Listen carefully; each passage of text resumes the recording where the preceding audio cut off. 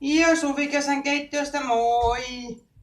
Nyt ajattelin, kun S-Marketissa kesäkurpit saa euron kilo, niin ajattelin ostaa ja tehdä lassakaa tänään.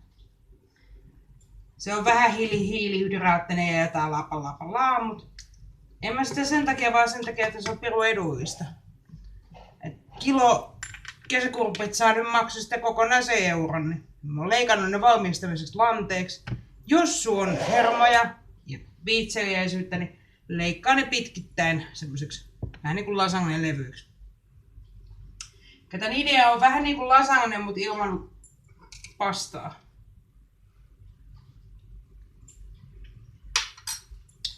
Mä paistoin 800 grammaa jauhelihaa ja sitten mä laitoin ne kattilaan, mun on helpompi maustaa. Sitten mä laitoin sinne sekaan 2 kappaleita tämmöstä luomutomaattimurskaa.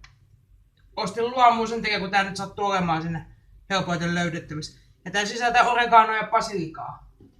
Mä jotenkin oon hirveän viehtynyt siihen. Niin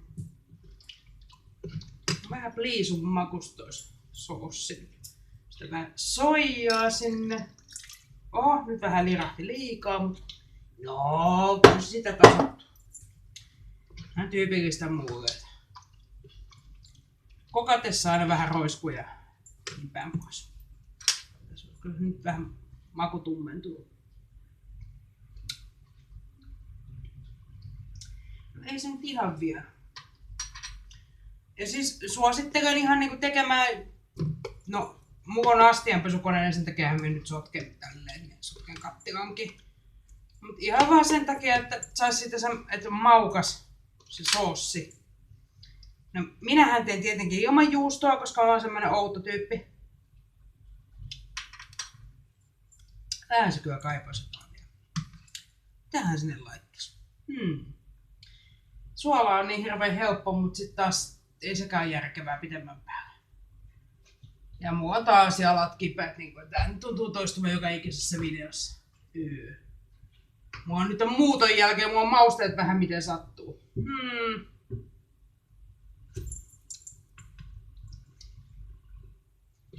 No vähän Himalaya-sua kyllä. Mä haluaisin ne potkua kuitenkaan liikaa.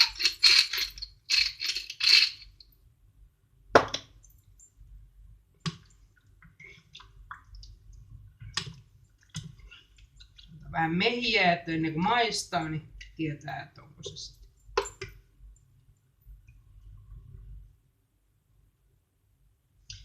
Tämänkin reseptin, siis tätähän löytyy netistä, että ihan KVG, että sieltä löytyy monta ohjetta. Tää on mun versio, mutta tää on tämmönen patalaiskan naisen versio. Et ihan saa niinku, ei tarvitse tätä uskoa ollenkaan, voi ottaa sieltä netistä niitä. Tää on niinku joku ketoilijoiden ruoka, mistä mä en ymmärrä mitään, koska mä en oo kauhean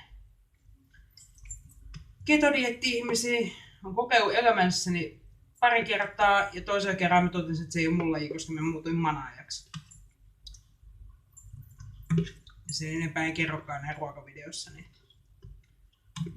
ei sovi mun varta olla. Nyt taitaa lähenee. Ja nyt tietenkin, koska mä teen itselleni ruokaa, niin mä käytän saman maistelulusikkaa, mikä jos joku muu syö sitä ruokaa, niin ei näin saisi tehdä. Mutta omassa kotona yksin syö, niin voi näin tehdä.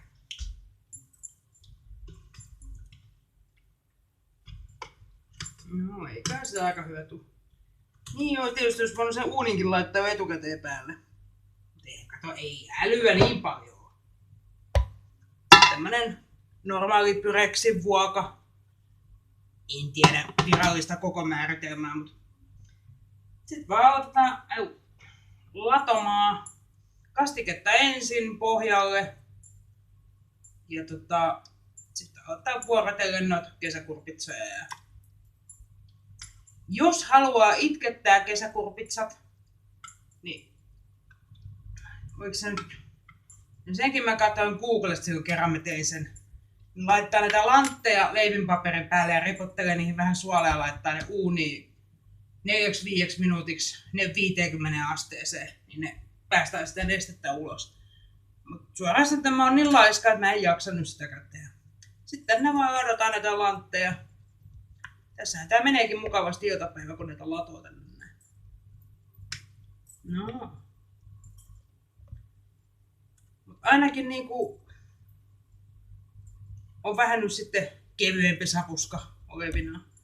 Tietysti jos sä kaivat, te muut voitte käyttää juustoa, kaivakaa jääkaapista kaikki jämäpalat ja raastakaa ne sitten tuohon, niin siinähän sitten tulee käytettyä kaikki hyödyksi.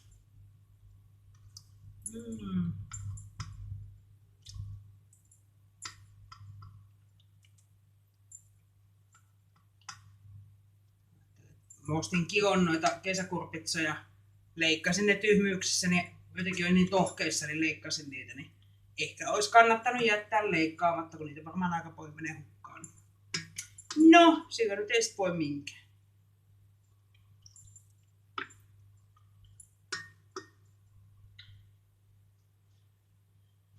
Ja edelleen mä sanon niin kuin aikaisemminkin, että mun tekemänäni asiat, niin nämä ei ole mikään todellakaan niin kuin ainut oikea tapa. Että jokainen saa modifioida ihan mitä lystää.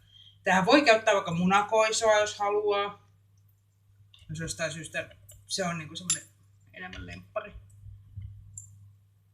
Niin, mä oon ajatellut, että mun pitäisi kokeilla, mutta ei ole ikinä sattunut semmoista niin edullista munakoisoa tuu vastaan. Niin. On aina niin pihi, että minä raattisin maksaa paljon.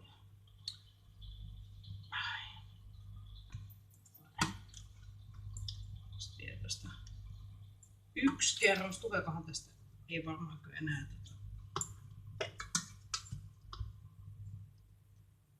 Kesäkurpitsoituu yhtään kerrosta.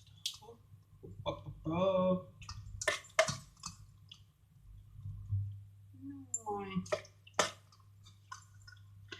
Ja hyvä kun mä en nyt kirjaimellisesti, mä oon tehnyt tätä aikaisemmin, mutta mä en muista että tarkkaan mikä mun paistoaika oli, mutta jos te käytätte juustoa siihen pinnalle, niin se kertoo sen, että sitten kun juusto on kauniin ruskettunutta, niin sitten on valmis.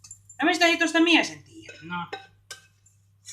Taatte 200 astetta ja semmonen puolisen tuntia, niin eiköhän se ole hyvä. Noin, plus miinus jotakin. Sitten kun alkaa haiskahtaa palaneelle, niin sitten otetaan pois. No mutta että tommonen pyhä elämä. Ja kyllähän noita varmaan 1,5 kiloa ainakin jää, joita kesäkurpitsoja meni hukkaan.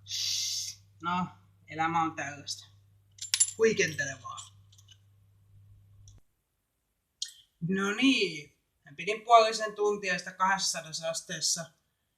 Etätyö tästä varmaan saa mitään selvää, mutta se on tämmönen mukavan pehmeän.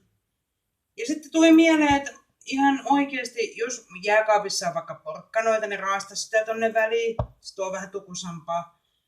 Et ihan voi käy tyhjentää vihanneslaatiot Italian tyyliin. No niin, kiva kun katoit. Ei muuta kuin moikka seuraava kerta.